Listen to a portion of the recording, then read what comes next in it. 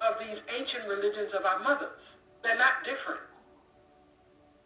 Those who claim to walk the Kemetan path today, if you have no relationship with the spirits of West Africa, then you are not walking that path. You have the history. You have some of the theology, but that in itself is not what makes that religion. It's the spirit. And whatever your ancestors brought here is what you need to connect back with, because that's what connects you to your ancestors and to that divine lineage from which you sprang. Anything else, you are just playing with yourself. You're deluding yourself. The logos never changed. The divine law never changed. The people did. And when they did, they threw themselves out of balance with her divine plan. And until she is restored, there will be no peace. When the temple of Isis, first of all, Isis temples were all throughout Europe. It wasn't just Rome. But one of the main ones was in Rome, right exactly where the Vatican sits. Exactly. Those photos that you see, I didn't take those out of a book. I was in Rome or Italy at the Vatican.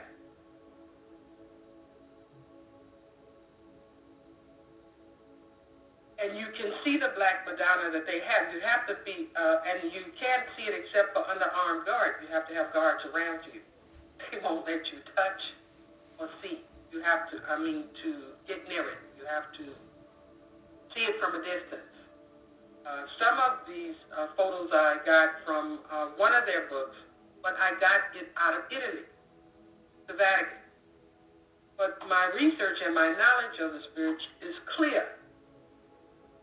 All buried beneath where the Vatican is this history that they deliberately, under Theodosius, destroyed and ordered that it remains unearthed.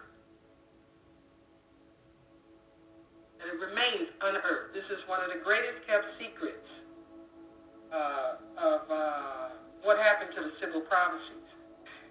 What you have today is the Bible, where they have attached names of obscure men like Matthew, Mark, Luke, who never existed in history, to her prophecies. If Black women understood that the New Testament was a history book chronicling the destruction of her mother's temples, and therefore her spiritual inheritance and her source of spiritual power, they would be outraged, but they won't accept that. They have accepted the condition. The New Testament is not even accepted by the European Jews in Israel, because they know that part of it isn't real. But you've heard a lot in history, those who have taken religion, you hear a lot about the wars between the Gnostics and the agnostics. And you get the impression that these were scriptural wars, theological wars, between one European group over another, and this is not the whole story. The prophecies of the temple, of the Sibyls, were everywhere, in many, many temples all throughout the known world. In Rome, because one of the Sibyls had prophesied the fall of Rome, because Rome had made the promise under Augustus that they would build a temple to the Black goddess there, amongst the many others that were already there, if she would help him defeat the Carthaginians.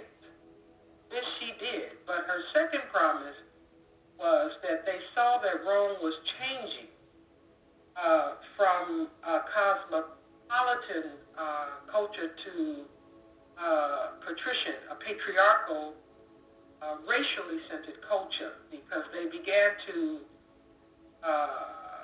demographically to cordon us off into what would be called ghettos. But at the same time, the simple temples existed in those ghettos, and so did her scriptures. So Roman emissaries were sent all throughout Rome to gather up those scriptures, to gather them up, and they kept them in the Roman capital in a vault.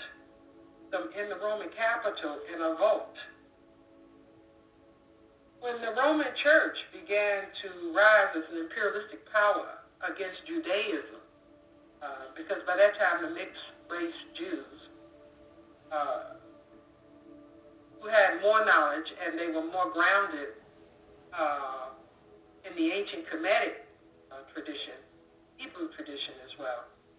They had more knowledge, and it was sacerdotal power that ruled. Always keep that in mind. It wasn't just military. It was sacerdotal. Whoever held divine power held the power of the world.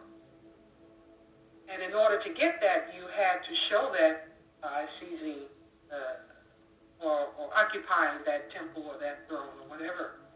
Well, they needed to usurp that from the Sibyls, because the Jews were gaining more ground, especially in West Africa and in Greece. And so they, under Constantine, he destroyed the temples. In the book of Revelation, you hear about the 7 temples. Those were the Sibyl temples. They weren't Christian churches. Christianity, in fact, our tradition lingered so strong throughout the ancient world up to 500 years after the death of this person they call Christ. After. There was no way to destroy it, because it was the original power, period. And nothing preceded it, nothing. You have a corruption of it. But 500 years after, but those 7 temples are the civil temples that were usurped by them. And those prophecies were against them. And what would befall them because of what they did. Now keep in mind, this has nothing to do with Christianity. I'm just recounting history. They came up with this Christianity later, after centered around some kind of deity of their own. But they took her temples there, they took them in, all throughout Turkey, the tiny empire. They took all of that under Constantine and Theodosius, the military arm of Rome, general of Rome. They took her temples, and they took her scriptures, because the book of Psalms was found in ancient Syria, where one of the greatest temples to the Mami deity, Atagassus, existed. Come out of her temple. That's where the book of Psalms was found, the so-called book of Psalms, which was just papyri at the time. You know, Mother, as I hear you speak, and, you know, as I was reading your book, and I said this a little bit earlier, I just had, you know, so many emotions, and one of the main emotions were just how cheated Black women, I mean, just how cheated, and just like, as you said, you know, even doing the Christian thing myself at one time, just not even, you know, thinking or pondering that's my history, and I'm celebrating the fall of my mother temple. Right, the slave mentality. There you go. It's amazing. We have to get out of this very narrow box in which we view slavery, in which we view the history and what that really, really meant. We tend to just think in terms of European American slavery. We don't understand that slavery began when the first Mother Temple was overthrown. That's how the Sibyls began to be sold into slavery. The tradition of the Amagasi is a slave tradition. It is bequeathed to the children of the slaves. In this country, there are Amagasis, families. In this country, there are lineages here. It is bequeathed to the children of the slaves. But we keep looking to the corruptions of her religion. The Mecca, Islam is not the Islam there is the Islam of the white Arabs. but that was not their religion. Islam was already in existence, and it was matriarchally centered. It was the second branch. There were 7 major branches of the mother religions that the spirits taught her. Spirit. It wasn't religion. Spirit. Islam was one of them. And in the 7th century, after they taught this warrior chief Muhammad, he overthrew those temples. He took out all the African deities. He took Hazal down. He took the Pessinousian stone, the black rock, out and tried to move it. But bad luck had because of the war. Those who knew who it belonged to went to war with him. It's all broken up inside there, but it's put together by wire. That's history that's not being told, and they don't want you to photograph. Not inside. They don't let you inside to see it. But the Islam, that's why it's at war. That's why it's not. There's no peace there. When you do that, it's war for all humanity, not just for those who are guilty. These are all of the religions are at war because they have all been usurped and corrupt and made into something altogether different, and the mother has been removed. African mother has been removed. It's critical that we understand that, and that our history is a continuum of this history. Here. It's not separate from that history. It's a continuum of this history. And the perversions, the Canaanites were a matriarchal land. Well, not patriarchal. And they were hated because they refused to disown the mother God. And so they were called idol worshipers. And they were called this and they were called that. The same way we were when we were brought over here. It's a continuum. They came west. They came west. West Africa. They were pushed further west, across the Sudan. Even the groups that you're familiar, like the Dogon, if you talk to them, they will tell you, my ancestors came from east and we were forced west. We come out of Egypt, we were forced west. When you go into Togolese cosmology, they will tell you the same thing. On the list of the pharaohs, there are Togolese names. There are Akan names. He came west, and so to reject and to condemn